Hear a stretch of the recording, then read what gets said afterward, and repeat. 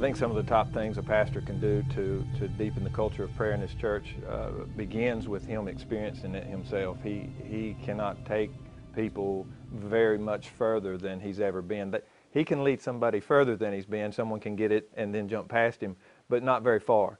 And he first and foremost needs to experience it himself. And then after he's experienced it himself in community, either with other pastors or at conferences or with other people in his church, then he begins to model it in that community of believers that he's pastoring.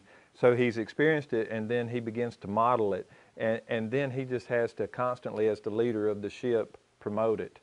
And if you do those three things, I think it'll begin to deepen the culture of prayer in your church. Experience it for yourself, and then after you've experienced it, really model it. Be the worship leader at your church. One of the things I struggle with most at our church is I view the worship pastor as the worship leader, but I really need to be the worship leader.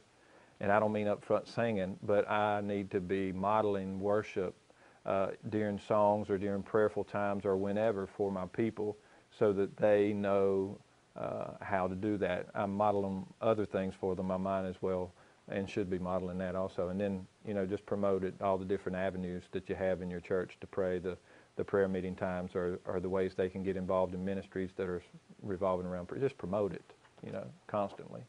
Not be afraid to sell it.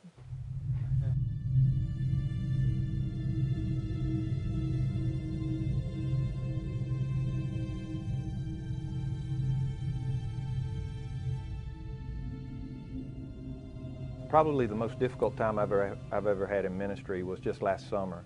And I've been pastoring the church I'm at now. My wife and I planted the church 10 years ago. And last summer, my 20-year-old son and I had an event happen in our relationship that I was almost about to resign from the ministry. And he's a good kid, but he just had too much of me in him. And I tried to beat that out of him, and it just didn't work always. And anyway, he made some decisions, and my wife and I made some decisions as his parent that really led us to consider resigning from the ministry.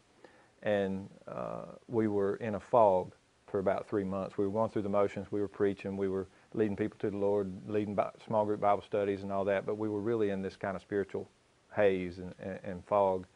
And I had been at these strategic renewal events before, and actually at one of these events I was given the idea of starting a pastor's prayer team. And my prayer team didn't know I was going through all this, but we have a bunch of men in our church who get together in small groups and pray for me once a week for at least an hour. And those guys were praying for me all that time. I didn't go tell them that I was in this fog and considering all these things, but they had specific prayer for me and for my family, for my wife, and for that very son. And unknowing, not knowing what was going on in our relationship. And